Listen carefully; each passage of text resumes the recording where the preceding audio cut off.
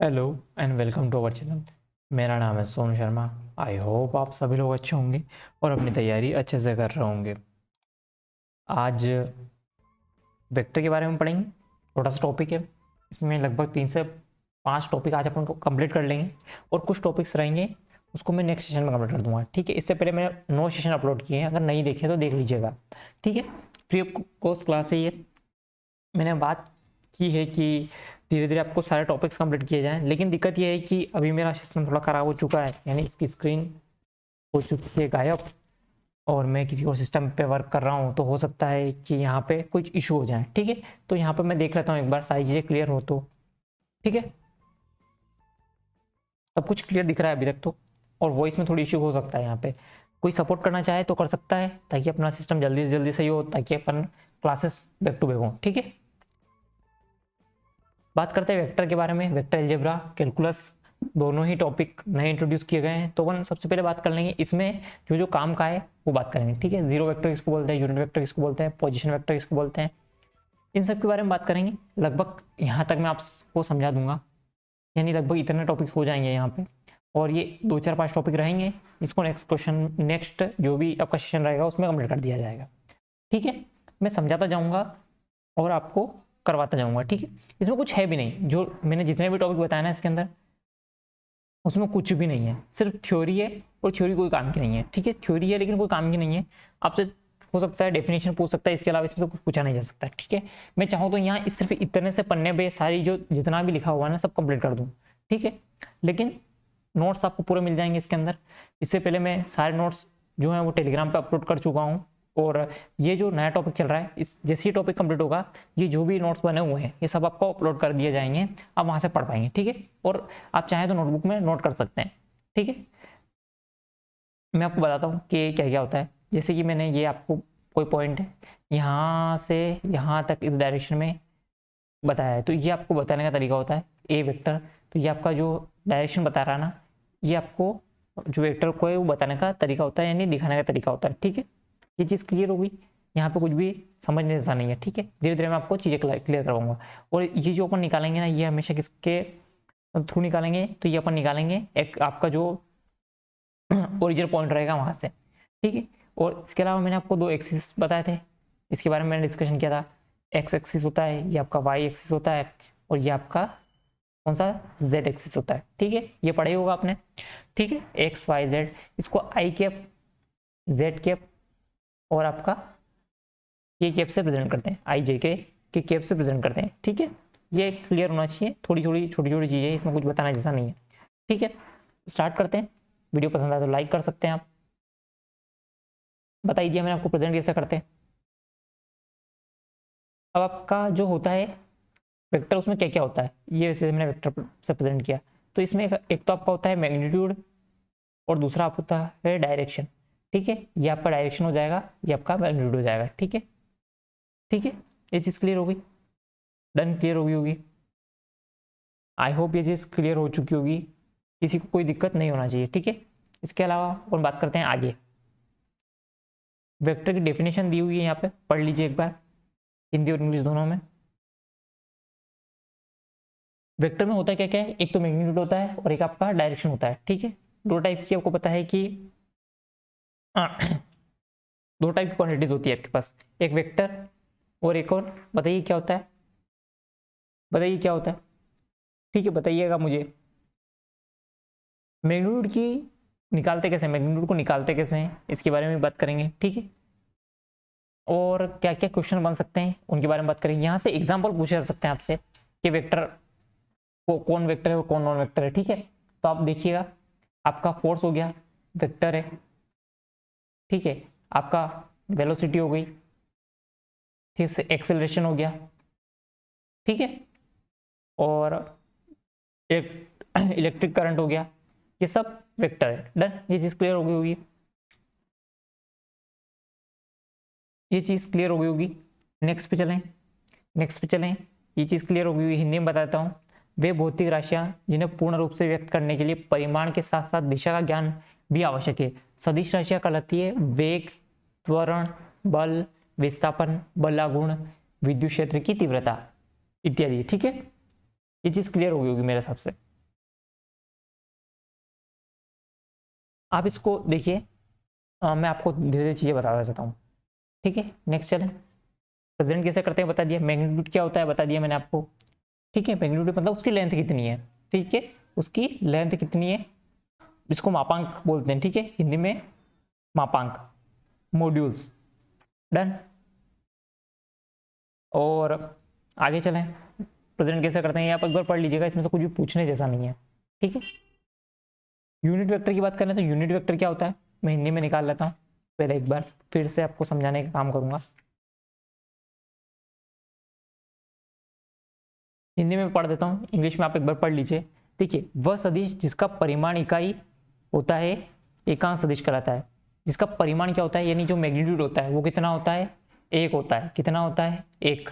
उसको क्या बोलते हैं, यूनिट वेक्टर बोलते हैं। अब यार मैंने आपको बताया कि आपको जो वेक्टर को प्रेजेंट कैसे करते हैं, ऐसे।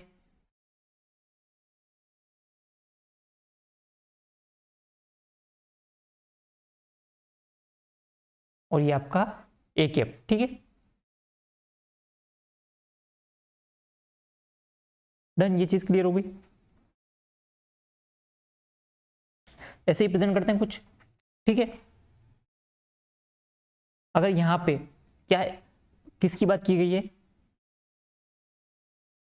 ए वेक्टर। अगर आपकी ए वेक्टर की वैल्यू, ठीक है, कितनी हो जाए, 1 हो जाए, तो उसको क्या बोलते हैं, यूनिट वेक्टर। ठीक है, क्या बोलते हैं, यूनिट वेक्टर। ठीक है, यूनिट वेक्टर। डन, याद रखिएगा। इसके अलावा अच्छा, आपको यूनिट वेक्टर निकालने की बोलेंगे तो कैसे निकालेंगे, ए कैप इज इक्वल, ये आपका ए छोटा कर लीजिए। ठीक है, ए वेक्टर अपॉन मैग्नीट्यूड ऑफ ए। ठीक है, चीज क्लियर होगी। इसके अलावा नेक्स्ट की बात करें, लाइक एंड अनलाइक वेक्टर। जैसे कि अभी बताता हूँ लाइक और अनलाइक क्या होते हैं। जैसे कि आपने दो वेक्टर बनाया, ये आपका ए हो गया, ये आपका बी हो गया। तो इसको बड़ा कर लेते हैं, ए, ये आपका बी, ये आपका ए डैश, ये आपका बी डैश। ठीक है, आपने बोला कि अब यहाँ पे डेफिनेशन पढ़ लीजिए, vectors are when they have same direction and unlike when they have same opposite direction. ठीक है, जैसे लाइक का मतलब होता है अगर इन दोनों की डायरेक्शन जो है वो आपका ए वेक्टर दोनों सेम डायरेक्शन में होंगे तो आपका लाइक हो जाएगा, और दोनों अगर डिफरेंट डायरेक्शन में होंगे, बी इज इक्वल माइनस ए हो जाएगा, तो ये आपका हो जाएगा अनलाइक वेक्टर। इसके बारे में और भी आगे बात करेंगे, इसमें बताने जैसा कुछ भी नहीं है। ठीक है, नेगेटिव वेक्टर भी सेम ही आपका, जिसमें क्या होगा आपका, देखिए यहाँ पे जरूरी नहीं है कि ये जो है ना, मैं बताता हूँ एक बार थोड़ा सा क्लीन करके, ये जो है ना, जैसे ये जो आपका बी वेक्टर है, ये जरूरी नहीं कि ए के बराबर हो, लेकिन इनकी डायरेक्शन क्या है, उल्टी है। ठीक है, इनकी डायरेक्शन उल्टी है। डन, बस इतना सा। और नेगेटिव वेक्टर की बात करेंगे तो आपका क्या होगा, सेम मैग्नीट्यूड होगा, मतलब उसकी लेंथ कितनी होगी, सेम होगी, लेकिन डायरेक्शन क्या होगी, उल्टी होगी। जैसे ये हो गया, ये हो गया। हिंदी में बताता हूँ मैं आपको, हिंदी के लिए निकालना पड़ेगा फिर से।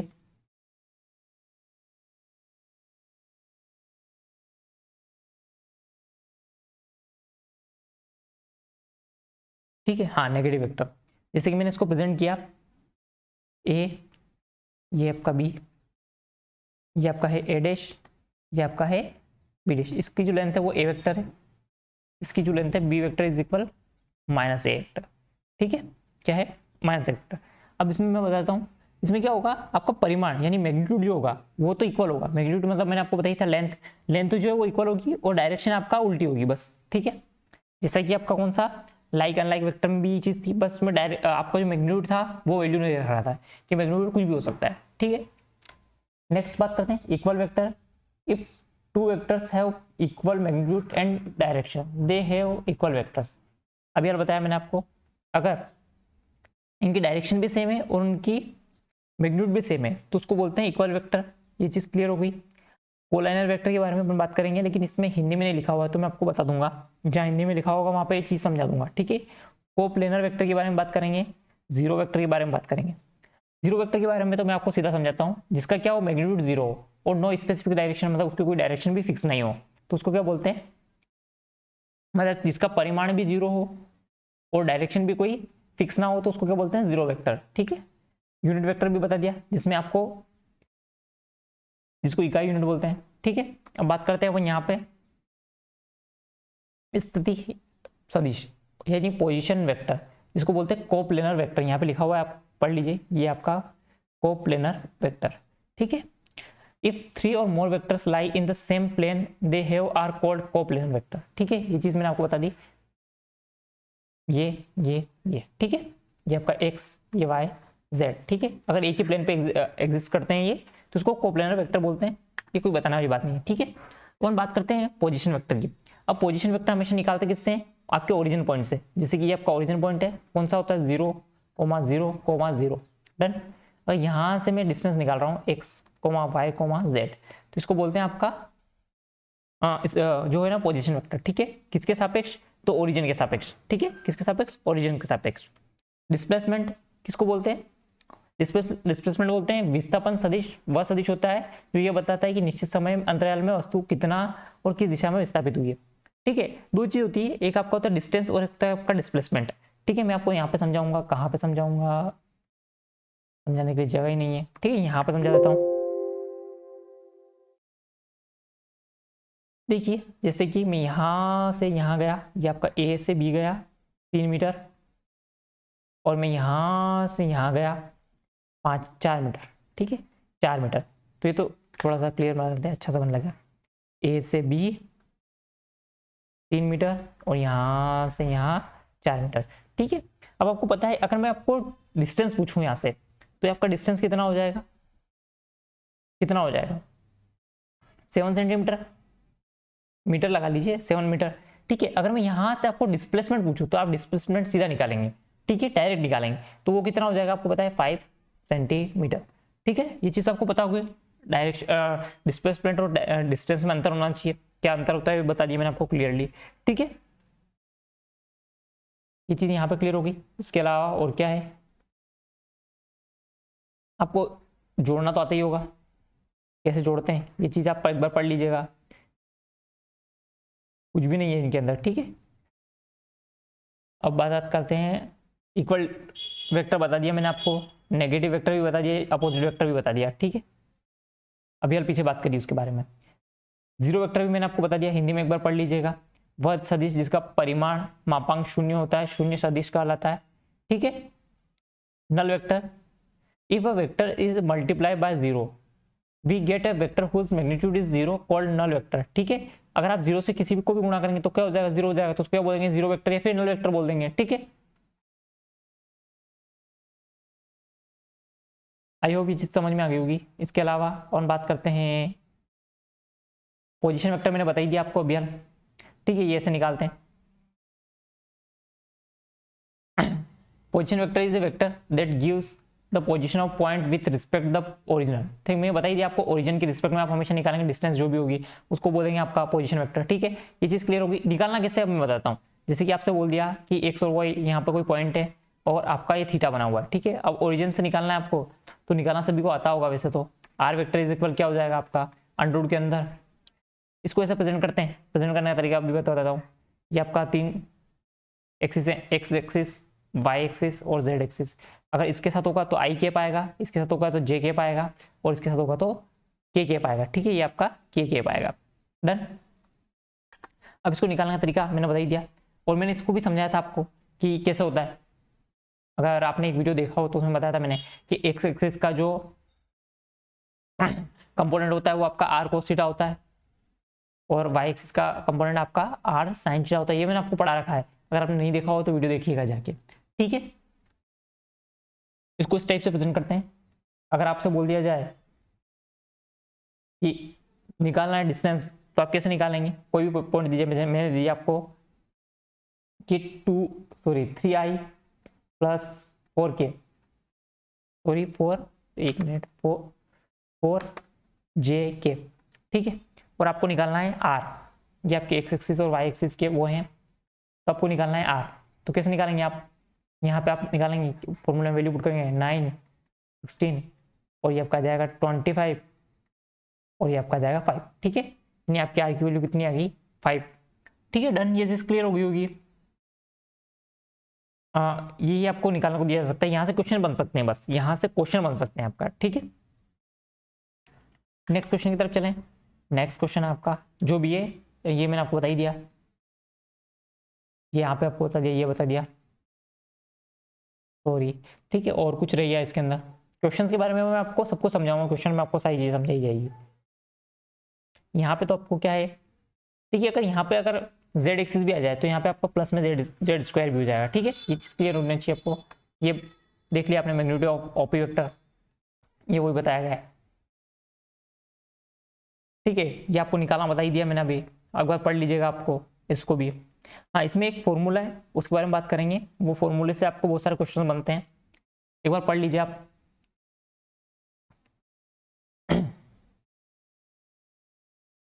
नेक्स्ट चलें। नेक्स्ट यहाँ पे आपका काम का है, ठीक है, जो आपका मैग्नीट्यूड और डायरेक्शन ऑफ रिजल्ट वेक्टर पूछा जाता है, ठीक है। क्या रिजल्टेंट वेक्टर पूछा जाता है तो उसमें कुछ काम की चीजें हैं। यहाँ पे आपका फॉर्मूला चेंज हो जाता है। क्या चेंज होता है? फॉर्मूला। आप ये निकालते हैं ना R vector is a plus b, तो ये कैसे निकलेगा, ठीक है। तो आप यहाँ पे आर की जो वैल्यू है वो आई है आपका A square plus B square plus 2ab cos theta, ठीक है। क्या आएगा? 2ab cos theta. अब कुछ भी नहीं है इसके अंदर, सिंपल सा आपको फॉर्मूला याद रखना है, R is equal a square plus B square plus 2ab cos theta. अब आपसे क्वेश्चन कैसे बनेंगे, ठीक है। आपसे क्या क्या पूछ सकते हैं, एक तो मैग्नीट्यूड पूछ सकते हैं और एक का डायरेक्शन पूछ सकते हैं, ठीक है। मैग्नीट्यूड और डायरेक्शन पूछ सकते हैं, इसके अलावा इसमें कुछ भी नहीं पूछा सकता। अब ये फॉर्मूला आपको याद रखना पड़ेगा। जैसे कि ये क्वेश्चन है, कैसे बनाएगा एक बार आप खुद से देखिएगा, आप बनाइए। जैसे इसमें दो रखा है, वो रखा है the magnitude of two forces are 5 newton and 3 newton respectively, if the angle between them is 60 degree then find the resultant and direction. बताइए। क्वेश्चन में 2 4 से 5 सेकंड लीजिए, क्वेश्चन ही काम के हैं, क्वेश्चन ही काम के हैं बस, और कुछ भी काम के नहीं है इसके अंदर, क्योंकि आपको पता है कि इसमें आएगा क्या, क्वेश्चन ही आएंगे। अभी यार मैंने आपको फॉर्मूला बताया क्या होता है, R is equal under root के अंदर A square plus B square plus 2ab cos theta. क्या होता है? cos थीटा, ठीक है। ये चीज होती है। वैल्यू पुट कीजिए, वैल्यू क्या आएगा आपका? ए स्क्वायर यानी 5 का स्क्वायर, 3 का स्क्वायर, 5 3 कितना आएगा? 30, और यहाँ पे आपका है 1/2, यहाँ आ जाएगा 15, ठीक है। ये आपका आ जाएगा 49 ओवरऑल जोड़ने पे, और ये आपका आ जाएगा 7 न्यूटन। कितना आ जाएगा? 7 न्यूटन, ठीक है। कितना आ जाएगा? 7 न्यूटन। अब आपको ये क्या है आपका? ये आपका है मैग्नीट्यूड। क्या है? मैग्नीट्यूड, ठीक है। अब आपको निकालना है कि एक और चीज निकालने को बोल सकता है, क्या निकालने की बोल सकता है आपसे? अब एक चीज और निकालने को बोल सकता है, क्या निकालने को बोल सकता है? चलिए मैं आपको उसको थोड़ा सा और जो क्वेश्चंस कराएंगे ना उसके अंदर अपन थोड़ा इसको समझेंगे, ठीक है। नेक्स्ट क्वेश्चन, क्वेश्चन कहाँ गया? यहाँ से क्वेश्चन गायब हो गया है, ठीक है। मैं आपको थोड़ी चीज समझा देता हूँ, जिसे आपसे बोल दिया जाए। छोटी छोटी चीज मैं आपको समझा देता हूँ पहले, फिर अपन क्वेश्चन के बारे में बात करेंगे, ठीक है। Just wait for 1 second.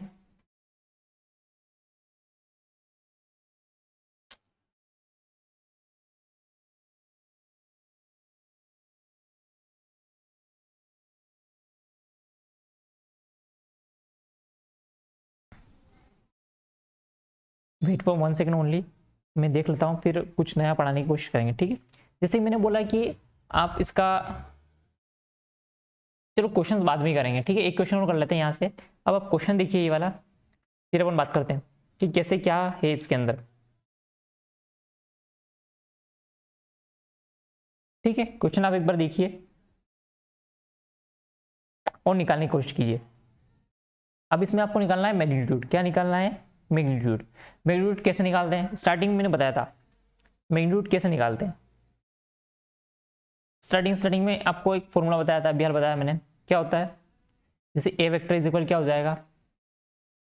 4 का स्क्वायर प्लस 9 का 3 का स्क्वायर, यानी आपका 9, और ये आपका हो जाएगा 16। मैं क्लियर कर देता हूँ 16, तो ये आ जाएगा 25, यानी आपका जो क्या आ जाएगा आपका यहाँ पे वैल्यू 5। क्या आ जाएगा? 5। इसका आंसर 5 आ जाएगा। ये चीज़ क्लियर हो गई। अब यहाँ पे आप सेकंड वाला बोला यही चीज़ मैग्नीट्यूड निकालना है, सेम है 9 प्लस 16, 25, ये भी 5, ठीक है, इसका मैग्नीट्यूड भी 5 आ गया। अब a माइनस बी, सिर्फ यहाँ पे एक चीज़ ध्यान रखना है, आई वाले में से आई वाला घटेगा, जे वाले में से जे वाला घटेगा, ठीक है। इसका भी मैग्नीट्यूड निकालना है। पहले आप घटाएंगे तो क्या आएगा आपका, तो आपका आई आ जाएगा, आई कैप माइनस जे कैप। अब आपको उसको मैग्नीट्यूड निकालना है, कैसे निकालेंगे, सेम, क्या हो जाएगा 1 का स्क्वायर माइनस 1 का स्क्वायर, तो आपका आ जाएगा यहाँ पे 0, इसका मैग्नीट्यूड 0 आ जाएगा। अब यहाँ पे दोनों को जोड़ना है, 7i प्लस 7j, क्या हो जाएगा 7j, ये आपका कैप कैप। ये अपने को स्कूल में नहीं करना है, इसलिए अपने को कैप वगैरह का ध्यान नहीं भी रखें, तो आपको सिर्फ फॉर्मूला याद रखना है कि कैसे काम होता है, ठीक है। अब यहाँ पे आपको क्या करना है, 7 49 और 49, यानी आपको पता है 7√2 इसका आंसर आ जाएगा, ठीक है। ये चीज़ क्लियर हो गई। अब इसके बारे में अपन जो भी आगे बात करेंगे ना, वो क्वेश्चंस के अकॉर्डिंग बात करेंगे, ठीक है। मैं आपको क्वेश्चन से ज़्यादा अच्छे से समझा पाऊंगा इस चीज़ को, ठीक है। इस चीज़ को मैं क्वेश्चन से ज़्यादा अच्छे से समझा पाऊंगा। डन। अगर आपसे मैं बोलूँ कि यूनिट वेक्टर निकालना है, तो यूनिट वेक्टर कैसे निकालते हैं, यूनिट वेक्टर कैसे निकालते हैं, जैसे मैं आपको यहाँ बोल देता हूँ, कोई भी इक्वेशन दे दी, जैसे मैंने बोल दिया 2i plus 3j plus 4k vector, ठीक है। आपको इसका निकालना है यूनिट वेक्टर। यूनिट वेक्टर कैसे निकालते हैं, अभी बताया मैंने, आर वेक्टर, सॉरी आर की cap upon, sorry R vector upon R का मैग्नीट्यूड, ठीक है। ऐसे निकालते हैं आप, कुछ क्या दिया हुआ है 2i plus 3j plus 4k, इसका मैग्नीट्यूड निकालना है 4 9 16, यानी आपका आ जाएगा नीचे 29, ठीक है। ये आपका हो जाएगा यूनिट वेक्टर। इस टाइप से आपसे पूछ सकता है कि यूनिट वेक्टर निकालिए। डन। इसके अलावा जो भी क्वेश्चन बनेंगे मैं आपको बता दूंगा। आई होप ये चीज़ समझ में आ गई होगी, ठीक है। और मैं आपको यहाँ पे और कुछ है क्या, ठीक है, यहाँ पे मैं जितने क्वेश्चंस करा सकता था करा दिए, और मैं आपको और भी क्वेश्चंस के थ्रू चीज़ें समझा पाऊंगा। यहाँ पे थ्योरी मैंने आपको बता दिए, ये नोट्स आपको मिल जाएंगे, फॉर्मूला आप एक बार देख लीजिएगा, ठीक है। यहाँ पे बहुत सारे कंडीशंस बनती है, जैसे मैं बोल दूं कि यहाँ पे आपको थोड़ा और समझा देता हूँ, मैं कोशिश करता हूँ। जैसे मैंने बोला कि ये वेक्टर है, ये वेक्टर इधर से आ रहा है, और ये 5 न्यूटन का है, ये भी 5 न्यूटन का है, तो आपका इसका जो ओवरऑल रिजल्टेंट क्या होगा 0, ठीक है। लेकिन ये सेम डायरेक्शन में 5 न्यूटन, ये आपका 10 न्यूटन, तो आपका क्या हो जाएगा 15 न्यूटन, ठीक है। इसके अलावा और क्या है, ये हो गया, ये हो गया, ये आपका हो जाएगा 5 न्यूटन। अगर इधर से 15 न्यूटन है, तो अब ये माइनस का 10 न्यूटन, इसको माइनस में 10 न्यूटन ना बताते हुए आप इस टाइप से इसकी डायरेक्शन उल्टी बताएंगे, ठीक है। डन। क्लियर हो गया होगा। ये चीज़ पूछा जा सकती है, पॉजिटिव नेगेटिव। अब ये हुआ कैसे, ये भी मैंने आपको बताया। आप फॉर्मूले में वैल्यू पुट कीजिएगा, आपको यहाँ पे चीज़ें मिल जाएगी। जैसे मैंने अभी आपको फॉर्मूला बताया था ना, कौन सा, आर वाला, कौन सा, A square plus B square plus 2ab cos theta, ठीक है। अब इसको कैसे, अब यहाँ पे आप देखिए, ये कब होगा, जब ये एक ही प्लेन पे स्थित, और ये इनके बीच में एंगल कितना बन रहा है, 0 बन रहा है, क्या बन रहा है 0 बन रहा है ना, क्या बन रहा है 0 बन रहा है, याद रखिएगा। इनके बीच में एंगल 0 बनेगा, तो यहाँ पे आपको पता है 0 क्या होता है, कोस थीटा में 0 क्या होता है, ठीक है। कोस थीटा में 0 क्या होता है, एक बार आप कंफर्म कीजिएगा। सॉरी, मैं आपको समझा दूंगा, ये चीज़ थोड़ी मुझे कंफ्यूजन हो गया इसमें, ठीक है। इसको देख लेंगे अपन बाद में। ये सारी चीज़ें मैंने आपको बता दी है, एक बार आप देखिएगा इन सब चीज़ों को। और इसी के साथ इस वीडियो का एंड करते हैं। थोड़ी चीज़ें गलत हो रही है, तो इसी के साथ इस वीडियो का एंड करते हैं। Thank you.